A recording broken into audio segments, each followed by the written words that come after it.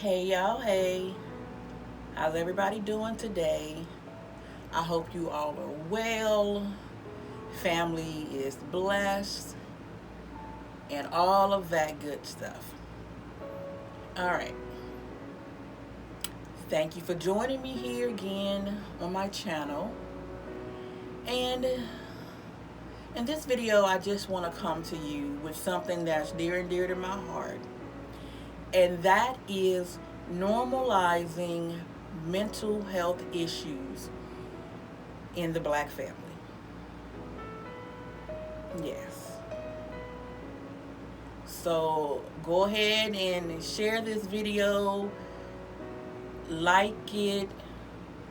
Make sure more than anything that you comment down below and let me know your thoughts, because it is something that is affecting the Black community, and it's been affecting us for years, and no one seems to take it seriously. Well, I'll take that back. You have some nowadays. You have some that are bringing it to the forefront and putting some attention to it and shining the light on it because it's a real thing. The problem is that within the Black community, we ourselves don't take the issue seriously. We don't. It's a joke. Everyone's crazy. They're just crazy. Or they're shunned, thrown out on the streets, told to just get over it. It's going to be okay. Stop being so damn dramatic. You're fine. I've dealt with that all my life, and it's fine. I don't need to be medicated. Why do I need to go and talk to a therapist? I'm not going to tell them my business. Really? Really?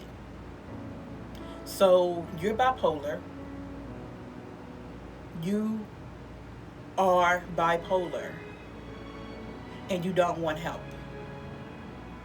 Okay.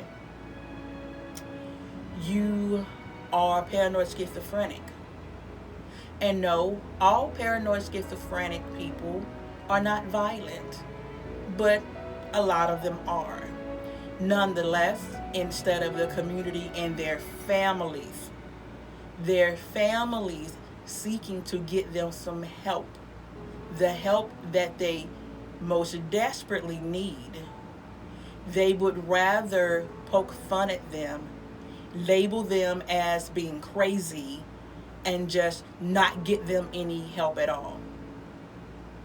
Then you have those who are depressed, and God forbid they're manic depressive. So yes, they're depressed. Oh my goodness, there's nothing wrong with you. Get your ass up out the bed. You're fine. Put a smile on your face. You're fine. Do a better job at taking care of your kids. Clean that house. You're fine. The employers at work, what's wrong with you? Why are you working so slowly? You're fine. Let's get it together. Get it together. And you even have those that are walking around each and every day that look fine. They look fine. Yet, when they go home every day, they're contemplating suicide. That's how depressed they are. And no one has stopped to ask, baby, are you okay? Because there's just an assumption that they are. No one has stopped to say, you know what? I see you. Let me help you. And genuinely be there and offer help. Answering the phone if someone needs to talk. Giving them a ride to the therapist. Doing something to say that, okay, you have an issue. I recognize it. I know that you recognize it a little bit, that something's wrong. I'll be here with you. I'll be here for you to get some help. Okay? That is such a difficult thing to find within the Black community. You have moms that go years and years raising their children, whether they're married, whether they're not. And they're so depressed. They are so depressed. Yet they get up and they keep moving. They keep making lunch, washing clothes, cleaning the kitchen, doing the homework, showing up for sporting events, and saying, oh my God, at the end of the night, I really just need to be away from here. I really just want to take my life. You've had some mothers that have done that. They've taken their own lives. They've taken the lives of their children due to depression. Because no one wants to hear them. No one wants to help them. You have those with borderline disorder personalities, and it's like, okay, oh, get over it, you're fine. So you got mommy issues, so what? Get over it, you're fine. No. Then all of these people are being released out into the world, and the world is just toxic. And yes, I know I'm focusing on the Black community here. And the reason for that is because we are one of the largest communities that do not seek mental help. We don't want to do it. It is so taboo in our communities when it shouldn't be. This should not be a taboo topic. If your body hurts, you go to a general practitioner. If your teeth hurt, you go to a dentist. If something's wrong with your feet, you go see a podiatrist. If your chest is constantly hurting and someone just whispers to you, you're at risk for having a heart attack, you make an appointment to see the cardiologist. If you know that something's just not feeling right, your mood is off, your energy is just off, so everything's off. Nothing seems normal anymore. Nothing seems normal. At least what is considered normal. There's nothing wrong with picking up the phone and making an appointment with a therapist. Hell, now you can even do it in the privacy of your own home. You have, BetterHelp.com. There's that. And they help you to find someone that you are comfortable with in the comfort of your own home. All I'm saying is, don't sit by and allow yourself to become so mentally drained,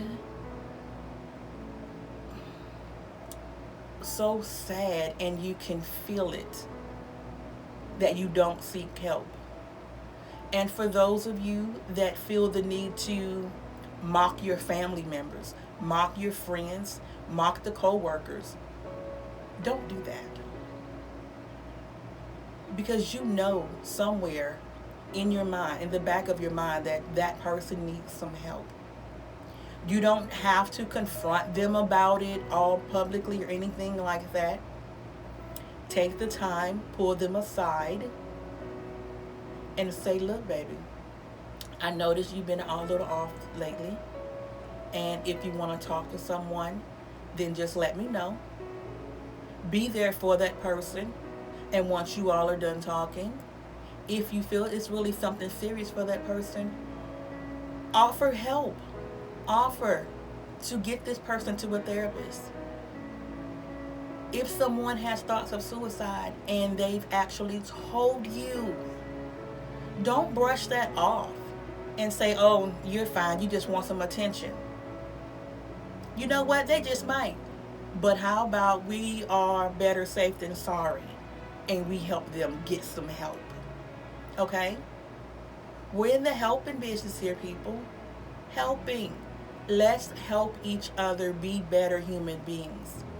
And it all starts with your mental. Okay? I'll tell you this. I know me personally, I have struggled with depression over the years, especially being a single mom. Oh my goodness, it was really, I did have postpartum depression after my second child.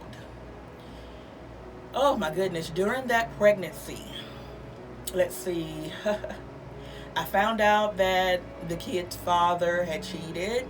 He had another baby. After finding that out, um, my grandmother died. And oh, I love my grandma. My grandmother died. Okay. So, this was all within about a 90-day span. And within that 90 days, I gave birth to my second daughter. And y'all, I love my baby, but it was rough. I was so depressed, and it wasn't just sadness. I was depressed. I would look at my daughter and just look at her. And when she would cry, I would just cry. And my oldest daughter would say, "Mommy, the baby's crying." And I would just look at her and cry harder and say, "I know, I know." And bless her little sweetheart, she would go and get her bottle and make her bottle for me and rock on the carrier and give the bottle to her sister. And I'm like, oh my God, God, thank you for giving me this oldest baby, because I don't know what I would do. So I went to my doctor, and I went to my OBGYN because yes, I knew she can give me medication. She could refer me to someone. Now, I didn't go to a therapist myself at that time because I was young. And so, but I knew I needed help. I knew I needed to reach out to my doctor. And from that, I could get a referral. I knew that. So I went to her and I said, I'm really feeling kind of sad, and I'm not bonding with my child. I don't want to hold my child, and I don't want to play with the oldest child. I'm just looking at my kids like, why are we all here? And she says to me, "Oh, you're fine. That's just the baby blues. It's okay." Granted, I can honestly say I never thought about taking their lives or my own. But I did want to just grab them and run away somewhere. To where, I don't know. I just knew that something was wrong, and maybe it was my environment. And honestly, the environment was okay at the time. But it's just something, I knew something was wrong. And I did reach out for help, but I didn't get it. From that, I went through the everyday motions of taking care of the kids and attempting to take care of myself, which really was not combing my hair much, going outside looking like the bag lady all the time. And honestly, I didn't notice it until one day I had a parent. He was a parent of one of my childhood friends, and he saw me in a restaurant, and he said, "Hey, Keisha, how you doing?" I said, "Hi, I'm good. How are you?" And he said, "Oh, you're looking good." I said, "Okay, thank you." And no, literally, he meant you're looking good. So he went back and told his daughter, he said, "I ran into Keisha when I went out to lunch, and she really looks good. She doing better now." So apparently, people were seeing. They saw my depression. They saw my sadness. But no one tried to help. So my thing is, we have to help each other, y'all. We really do. Especially our Black community. We have to do so much better for each other. We got to do better, okay? So again, y'all, like this video, share it. Again, more than anything, let's have an open discussion about this. So leave a comment. Let's get something started, okay? Let's get something started on what your journey was. A family member, a friend, or even if you're a therapist and you can help someone, then let's do that. Because there are so many people, so many in our country, in our world, and especially within our community that needs help with this. And I'm sorry I'm getting emotional because not only do I have my own personal journey, I'm also now caring for a family member that has some issues. And it's a lot. It's a lot. So we all just need to learn how to be more supportive, okay? Let's support each other. I can't promise that I won't cry because it happens. So, I'll do my best. Do my best.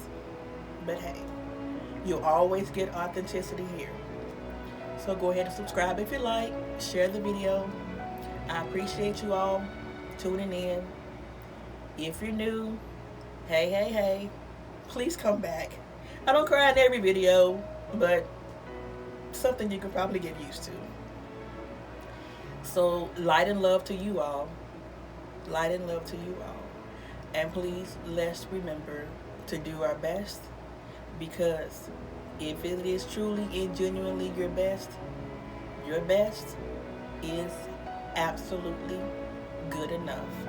And don't you let nobody tell you no different. Have a great day.